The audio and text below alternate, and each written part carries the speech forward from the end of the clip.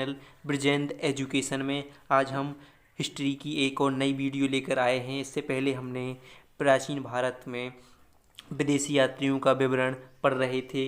इससे पहले एक वीडियो कर चुके हैं जिसमें हमने यूनानी रोमन लेखकों के बारे में बताया था। अब आज हम चीनी लेखकों के बारे में बताएंगे, यानी आज हम किसके बारे में बताएंगे? चीनी लेखकों के बारे में बताएंगे। ठीक है, तो आज हम चीनी लेखकों के बारे में बताएंगे। चलिए वीडियो को स्टार्ट करते हैं। अगर आपने अभी तक हमारे चैनल को सब्सक्राइब नहीं किया है तो कर लीजिए, साथ ही बेल आइकन को दबाना ना भूलें, इससे आने वाली वीडियो का नोटिफिकेशन सबसे पहले आपके पास पहुंच सके। ठीक है, अगर आपने वो इससे पहले वाली वीडियो भी ना देखी हो तो उसका लिंक मैं अपनी डिस्क्रिप्शन में देकर रखूँगा, आप उसको ज़रूर देखें। चलिए स्टार्ट करते हैं, देखते हैं चीनी लेखक। तो बस आप क्या करिए, सबसे पहले चैनल को क्या करना है, लाइक, वीडियो को लाइक कर दीजिए तुरंत, और सब्सक्राइब भी करना है। क्या करना है? सब्सक्राइब भी करना है। चलिए स्टार्ट करते हैं, देखते हैं चीनी लेखक। सबसे पहले चीनी लेखक कौन आए? फाहियान। कौन आए? फाहियान। सबसे पहले चीनी लेखक सबसे पहले कौन आए? फाहियान। फाहियान गुप्त नरेश चंद्रगुप्त द्वितीय के दरबार में आए थे। किसके दरबार में आया था? गुप्त नरेश चंद्रगुप्त द्वितीय के दरबार में आया था। इसने मध्य प्रदेश की समाज एवं उसकी संस्कृति के बारे में वर्णन किया था। किसके बारे में किया था? मध्य प्रदेश के समाज एवं संस्कृति के बारे में वर्णन किया था। इसने मध्य प्रदेश की जनता को क्या बताया? मध्य प्रदेश की जनता को सुख एवं समृद्ध बताया। क्या बताया? सुख और समृद्ध बताया। यह 14 वर्षों तक, कब तक? 14 वर्षों तक भारत में रहा। कब तक रहा? 14 वर्षों तक भारत में रहा। ठीक है, चलिए याद हो गया आपको। तो क्या हो गया? सबसे पहले कौन आया? फाहियान। फाहियान किसके दरबार में आया था? तो चंद्रगुप्त द्वितीय के दरबार में आया था। इसने किसके बारे में वर्णन किया? तो मध्य प्रदेश के समाज एवं उसकी संस्कृति के बारे में वर्णन किया। इसने मध्य प्रदेश की जनता को सुख और समृद्ध बताया। यह 14 वर्षों तक भारत में रहा। कितने वर्षों तक रहा? 14 वर्षों तक भारत में रहा। इसके बाद देखते हैं कौन आए। इसके बाद आए संयुगवन। कौन आए? संयुगन।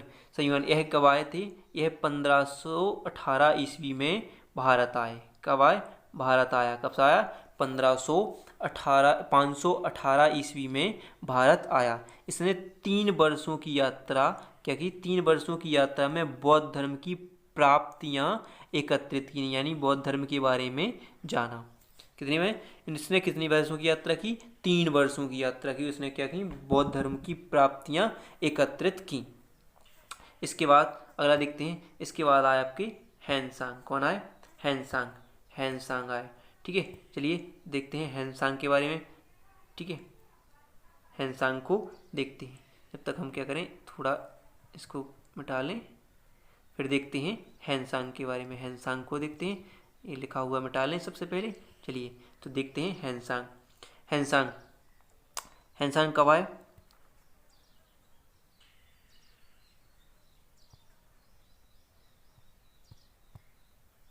हैंसांग के बारे में देखते हैं। चलिए थोड़ा डिस्टर्ब हो गया, तो देखते हैं कौन आए? हैंसांग आए।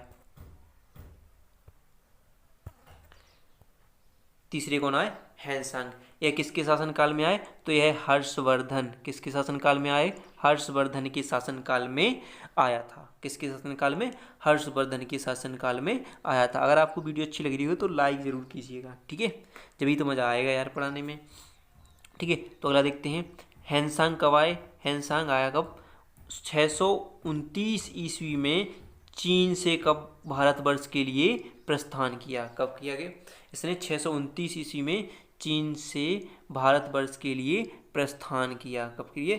चीन से भारतवर्ष के लिए प्रस्थान किया। 629 ईस्वी में प्रस्थान किया। और लगभग कितने वर्ष की यात्रा की? लगभग इसने 1 वर्ष की यात्रा की। कब? कितनी की? 1 वर्ष की यात्रा के बाद वह सर्वप्रथम कहाँ पहुंचा? भारतीय राज कपिसा। कहाँ पहुंचा? कपिसा में पहुंचा। भारतीय राज कपिसा में पहुंचा। भारत में 15 वर्षों तक ठहरकर, कब तक ठहरा? 15 वर्षों तक ठहरा। 15 वर्षों तक ठहरकर 645 ईस्वी में चीन लौट गया। कब लौट गया? 645 ईस्वी में चीन लौट गया। कहाँ लौट गया? चीन। ठीक है, कहाँ लौट गया? चीन लौट गया। कितने में? कितने सन में? 645 ईस्वी में चीन लौट गया। चीन लौट गया। ठीक है, चीन लौट गया और वह बिहार में नालंदा जिला में स्थित, बिहार के नालंदा जिला में स्थित नालंदा विश्वविद्यालय में अध्ययन करने तथा भारत से बौद्ध ग्रंथों, क्या करने? अध्ययन करने और भारत से बौद्ध ग्रंथों को एकत्रित कर ले जाने आया था। क्या आया था? एकत्रित करने। क्या करने आया था? नालंदा विश्वविद्यालय में अध्ययन करने यानी पढ़ने और बौद्ध ग्रंथों को एकत्रित करने के लिए भारत आया था। ठीक है, इसका भ्रमण, क्या? इसका भ्रमण वृत्तांत सीयूकी नाम से प्रसिद्ध है। सबसे इंपॉर्टेंट लिख लीजिए, नोट कर लीजिए, कहीं भी लिख लीजिए। तो क्या आया? इसका भ्रमण क्या कहलाया? सीयूकी नाम से प्रसिद्ध है। सीयूकी नाम से प्रसिद्ध है। ठीक है, किसके नाम से? सीयूकी नाम से प्रसिद्ध है। ठीक है, किसके नाम से? सीयूकी नाम से प्रसिद्ध है। चलिए और आगे देखते हैं। सीयूकी नाम से प्रसिद्ध है, जिसमें 138 देशों का विवरण मिलता है। सीयूकी नाम से प्रसिद्ध है और इसमें 138 देशों का विवरण मिलता है। बहुत बड़ा काम किया, 138 देशों का विवरण मिलता है। इसने हर्षकालीन समाज, धर्म तथा राजनीति के बारे में वर्णन किया। धर्म तथा राजनीति के बारे में वर्णन किया।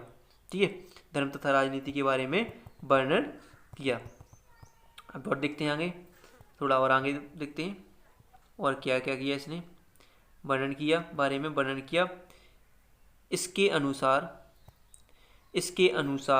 सिंध का राजा शूद्र था। किसके अनुसार? हैनसांग के अनुसार। सिंध का राजा कौन था? शूद्र था। शूद्र था। कौन का? सिंध का राजा शूद्र था। हैनसांग ने बुद्ध की प्रतिमा के साथ साथ किनका? सूर्य और शिव की प्रतिमा की पूजा की थी। किसकी? शिव और बौद्ध। शिव के साथ सूर्य, शिव के साथ किसकी? सूर्य और शिव की भी प्रतिमाओं की पूजन किया था।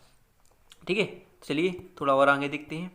जब तक आप वीडियो को लाइक और चैनल को सब्सक्राइब कर लीजिए। ठीक है, चलिए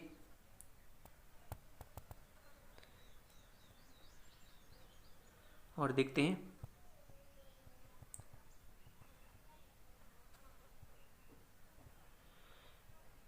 नोट पॉइंट है, एक नोट पॉइंट है। चलिए इसको देखते हैं। नोट पॉइंट क्या बोलता है?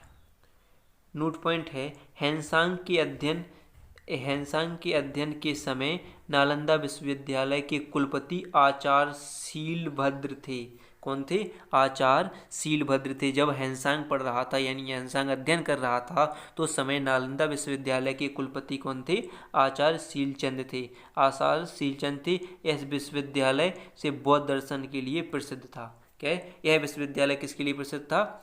जो नालंदा विश्वविद्यालय था वो किसके लिए प्रसिद्ध था? तो बौद्ध दर्शन के लिए प्रसिद्ध था। किसके लिए? बौद्ध दर्शन के लिए प्रसिद्ध था। ठीक है, चलिए तो एक और चीनी यात्री आए, इनको इत सिंह कहा गया। इत सिंह नाम था इनका, वो भी भारत के भ्रमण पर आए।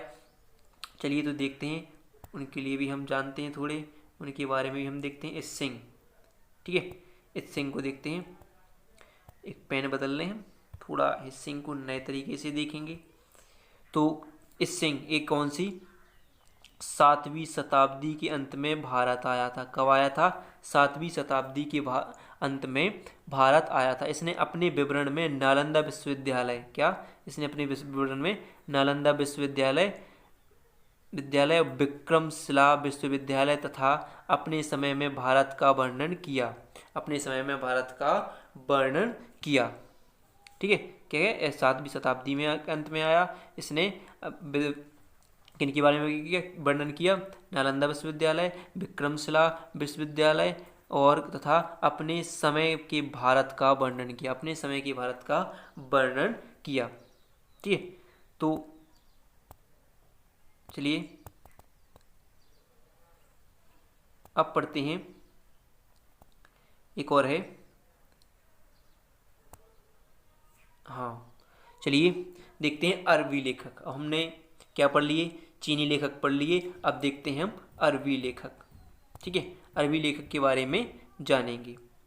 तो आपको बस क्या करना है, चैनल को जल्दी से सब्सक्राइब कर लीजिए, और इस पर आपको बहुत अच्छी अच्छी वीडियो, ऐसी साइंस की बेहद ही इम्पोर्टेंट वीडियो कुछ दिनों में आने वाली हैं, जिसमें आपको मैं बहुत बेहतरीन तरीके से पढ़ाऊंगा। यानी साइंस जो आपकी फिजिक्स और केमिस्ट्री बेहद बेहद ही आसान तरीके से, चाहे आप कंपटीशन की तैयारी कर रहे हो, चाहे क्लास 12 या क्लास 11 की तैयारी कर रहे हो, या हाई स्कूल हो, इसमें साइंस आपको बेहतरीन तरीके से पढ़ाई जाएगी। तो ठीक है, चलिए देखते हैं अगले कौन आए, अरबी लेखक। कौन आए, अरबी लेखक आए। ठीक है, अब जानते हैं हम अरबी लेखक। जब तक आप क्या कीजिए कि चैनल को सब्सक्राइब करिए, ठीक है, ज़्यादा से ज़्यादा शेयर कर दीजिए कि और बच्चों के पास पहुंच सके और आपको बेहतरीन तरीके से पढ़ाया जा सके। ठीक है, तो देखें अगले आए अरबी लेखक। तो सबसे पहले कौन थे, अल-बरूनी। कौन थे, अल-बरूनी। कौन आए, अल-बरूनी। यह मोहम्मद गजनवी के साथ भारत आया था। किसके साथ, मोहम्मद गजनवी के साथ भारत आया था। गजनवी, यह मोहम्मद गजनवी के साथ भारत आया था। और अरबी में लिखी गई इसकी कृति, किताब, इसकी मतलब जो इसने पुस्तक लिखी थी, यानी किताब लिखी थी, किताब उल हिंद या तहरीक ए हिंद, जो इसमें भारत की खोज के बारे में बताया गया था। तो कौन कौन सी पुस्तक थी, तो अल-बरूनी की पुस्तक कौन थी, किताब उल हिंद या तहकीब ए हिंद। उसमें भारत की खोज, यानी या भारत की खोज आज भी इतिहासकारों के लिए एक महत्वपूर्ण स्रोत है। यह एक विस्तृत ग्रंथ है। क्या माना गया इसे, एक विस्तृत ग्रंथ है जो जो धर्म और दर्शन त्योहार, यानी कौन, धर्म, दर्शन, त्योहार, खगोल विज्ञान, कीमियों, रीति रिवाजों तथा प्रथाओं, समाज, जीवन, भारतोल, मापन, मूर्तिकला, कानून, मापतंत्र विज्ञान आदि के विषयों के आधार पर 80 अध्यायों में विभाजित है। कितने अध्यायों में, 80 अध्यायों में विभाजित है। इसमें राजपूत कालीन समाज, इसमें क्या है, इसमें राजपूत कालीन समाज, धर्म, रीति रिवाज और राजनीति आदि पर सुंदर प्रकाश डाला गया है। सुंदर प्रकाश डाला गया है। ठीक है, तो किस पर, तो सर ये क्या क्या क्या पढ़ लिया हमने कि अल-बरूनी किसके साथ आया था, तो मोहम्मद गजनवी के साथ भारत आया था। अरबी में लिखी हुई इसकी पुस्तक कौन कौन थी, किताब उल हिंद या तहकीब ए हिंद, इसमें भारत की खोज बताई, जिसमें आज भी साहित्यकारों के लिए क्या है, एक महत्वपूर्ण स्रोत है। इसमें विस्तृत ग्रंथ है, यह एक विस्तृत ग्रंथ है जिसमें धर्म, प्रदर्शन, त्योहार, खगोल विज्ञान, कीमी, रीति रिवाज तथा प्रथाओं, समाज, जीवन, भारतोल, मापन आदि मूर्ति कलाओं के बारे में बताया गया है। और इसमें राजपूत कालीन समाज, धर्म ग्रंथ और रीति रिवाज, कानून आदि का भी सुंदर प्रकाश डाला गया है। ठीक है, और एक चीज़ और देख सकते हैं कि अल-बरूनी का जन्म 1973 ईस्वी में हुआ था। कब हुआ था, अल-बरूनी का जन्म 1973 ईस्वी में, ठीक है, खीवा में हुआ था। कहाँ हुआ था, खीवा में हुआ था। ठीक है, खीवा में हुआ था। ठीक है, यह एक अरबी, संस्कृत और भाषाओं का अच्छा ज्ञाता था। अरबी और फारसी तथा संस्कृत भाषाओं का एक मतलब बहुत बढ़िया ज्ञाता था। इसका पूरा नाम, ठीक है, इसका पूरा नाम क्या था, अबू रेहान। ठीक है, यहाँ पर लिख दूँ थोड़ा मैं, ठीक है, हटा दूँ इसके लिए। ठीक है, जन्म तो कब हुआ, 1973 ईस्वी में इसका पूरा नाम था। ठीक है, इधर थोड़ा हम लिख देते हैं कब हुआ था, देखो। ठीक है, इसका नाम लिखते हैं, नाम लिख रहे हैं, पेन चेंज कर दें, तब तक आप वीडियो को लाइक कर लें। इसका पूरा नाम था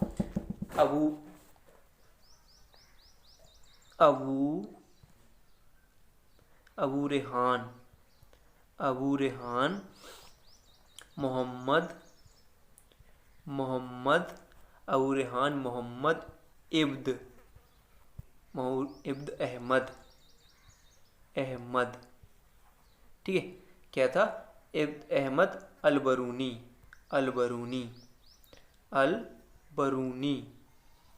ठीक है।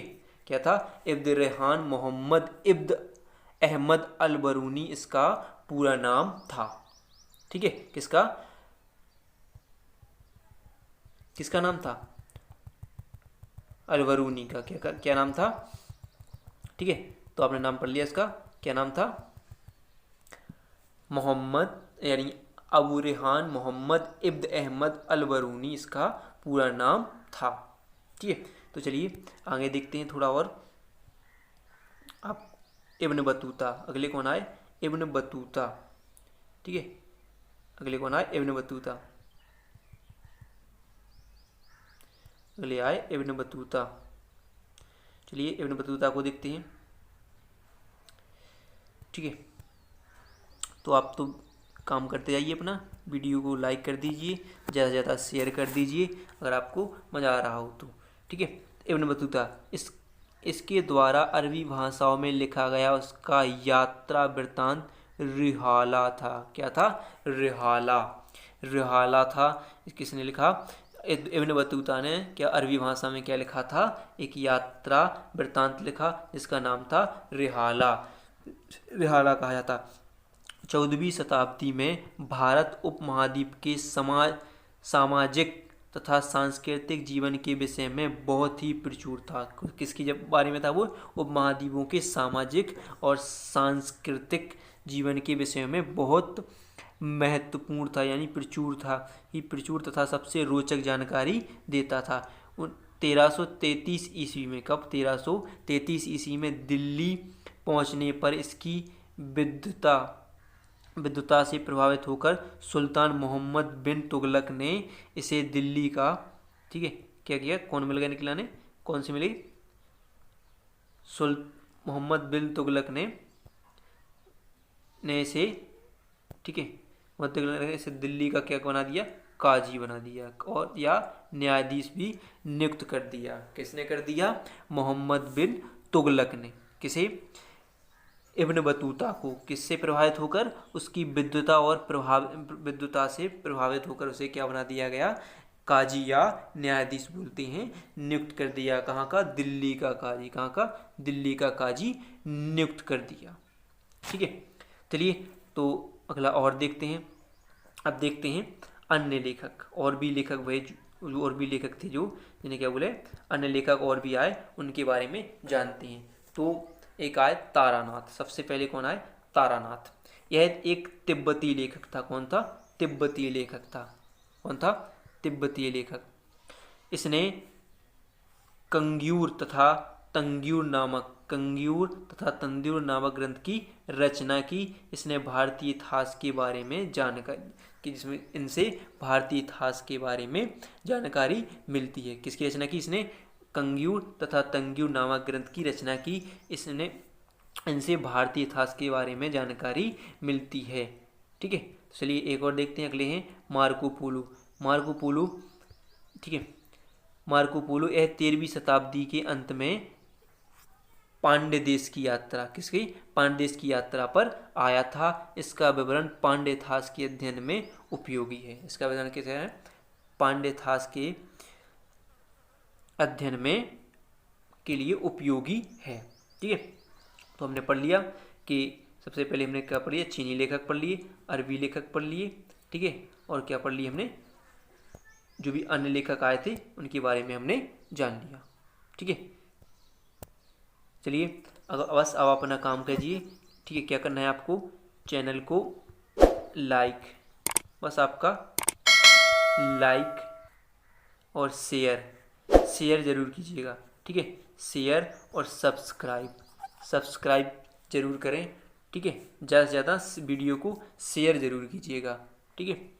चलिए तो आप लोगों का बहुत बहुत धन्यवाद वीडियो देखने के लिए, और ऐसे ही आपको और वीडियो लाकर दूंगा। बस आपका सपोर्ट ज़रूरी है मुझे, बस आप अपना सपोर्ट कीजिएगा।